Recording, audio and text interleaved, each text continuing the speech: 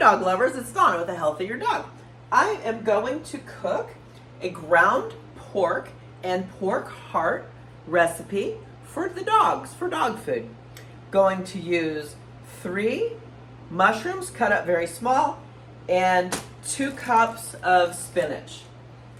Going to start off with the pork heart, and I'm going to boil it in water. It's a pretty good size, unless there's 2 in there, I'm not sure. I've got it from Horns Acres.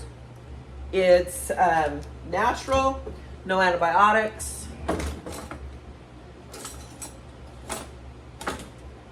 No hormones. So it's very clean. I got it from the farmer's market. So I'm going to put that in some boiling water and boil it. Oh, it is 2 hearts.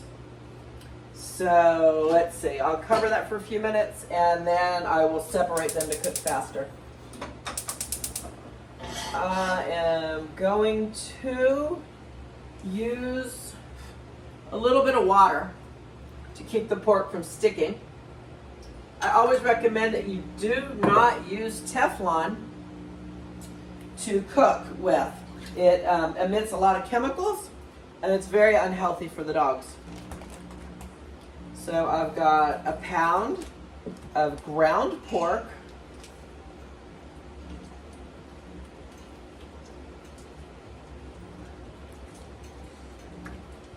And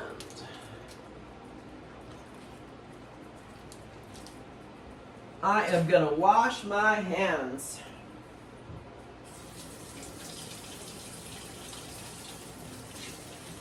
My dogs really seem to love pork.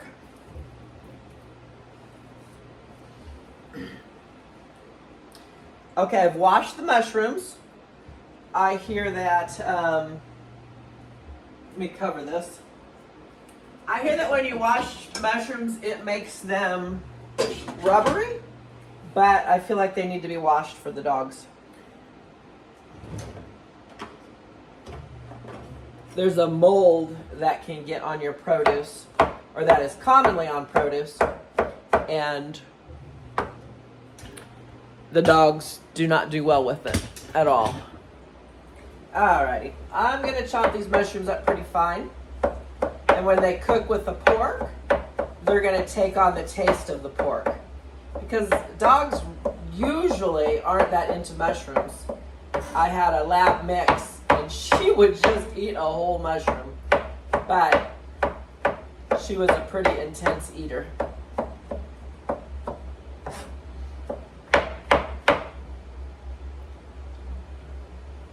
I'm going to wait to put the spinach in until just a couple minutes before it comes out of the pan,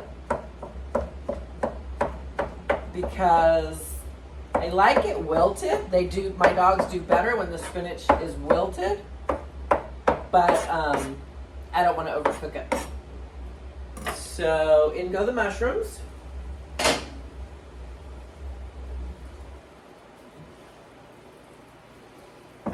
And I am gonna mix this up.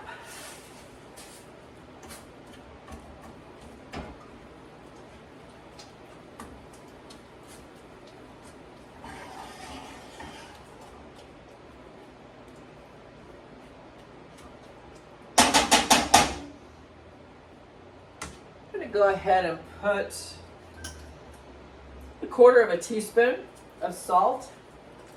And I don't always add salt because their vitamin mixture has salt. But Dixie's pregnant and I can't always get her to eat that well. And I feel like she needs to be sure and have some salt. And I'm going to separate these 2 pork hearts. There we go. And continue to let them cook.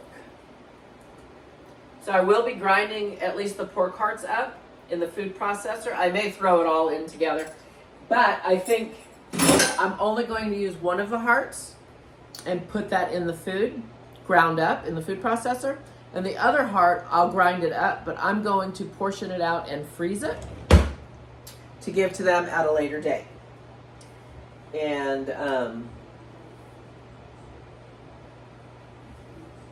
I just did a video, which I'm guessing you probably will see, but I was listening to Dr. Judy Morgan, and she was talking about how small dogs are so much more susceptible to vaccine reactions than larger dogs.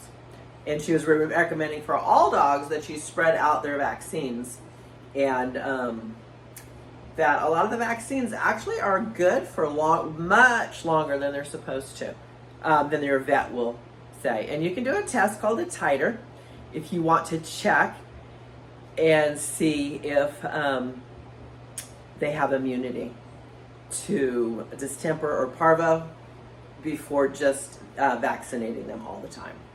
I can't remember which one, but one of them is quite eradicated and not common at all. And our dogs have a lot of problems with the vaccine. And I did a video on it, I don't remember, it was parvo or distemper, that is actually good for 3 years. And the Veterinary Association recommends that you just do it every 3 years. But when you go to your vet, they'll say it needs to be done annually. So I don't know why there's the disconnect there.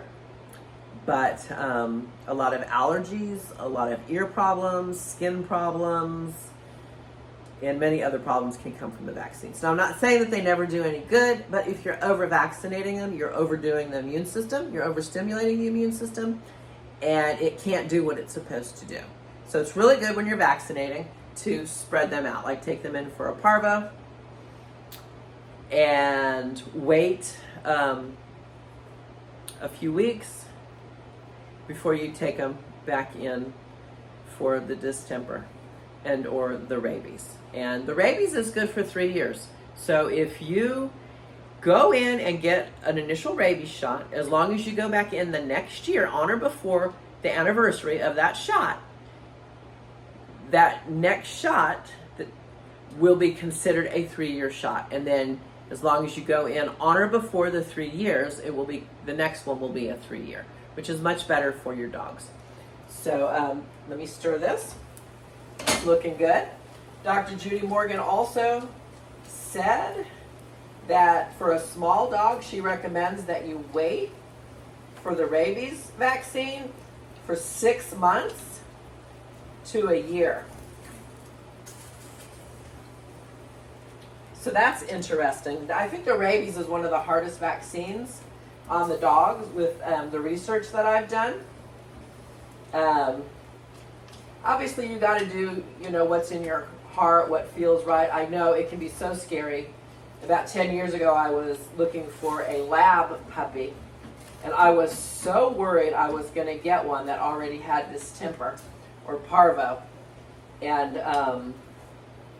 I got one that was perfectly healthy, but there was one I was wanting to get, but she wasn't coming from the original owner of the parents, and I think she had gotten it from her brother, and it just seemed weird. And she hadn't had any of her vaccines, and I was just so skeptical.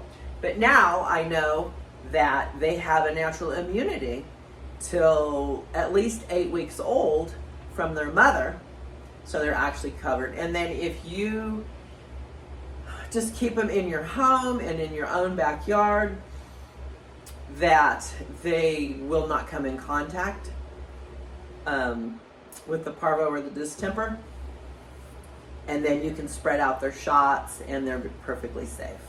So obviously, again, you got to do what's in your heart. I personally have had dogs, one particular dog that was harmed from a vaccine, and it really got me thinking about it and looking at it and considering it and studying it, really studying it.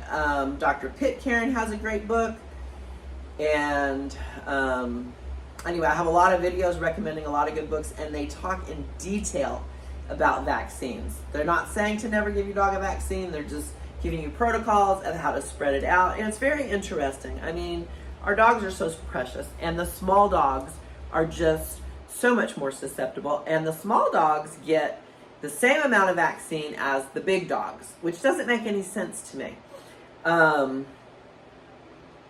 And I just heard Dr. Judy Morgan say that dachshunds are especially susceptible to vaccine injury.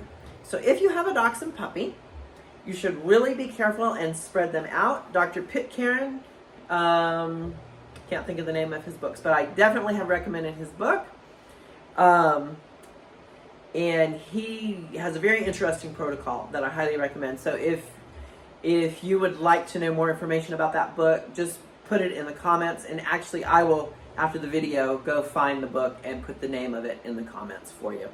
But if you have further questions or whatever, feel free to ask, and I will direct you to some resources from actual veterinarians. I am not. I am just highly researched, very holistic. I've been walking down this holistic road for 26 years, and lots of good information. So I believe my pork is just about done.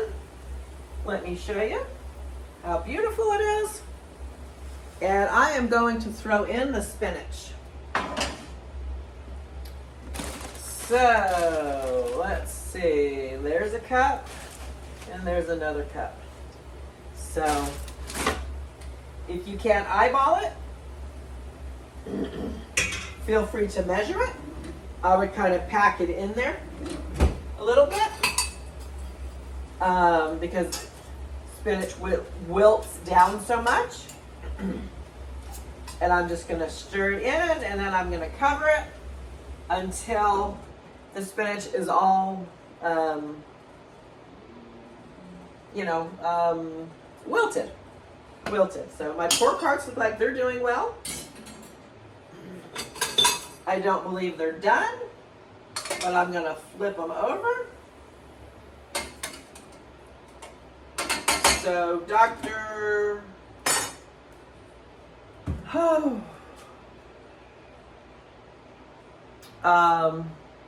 Karen Becker, Real Food.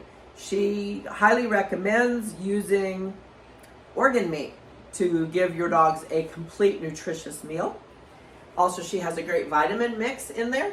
It's Real Food by Dr. Karen Becker. All right, this is nice and wilted. Looks good. And this is 100% human food, and you could eat this. I'd make a little bit of gravy, and it looks good.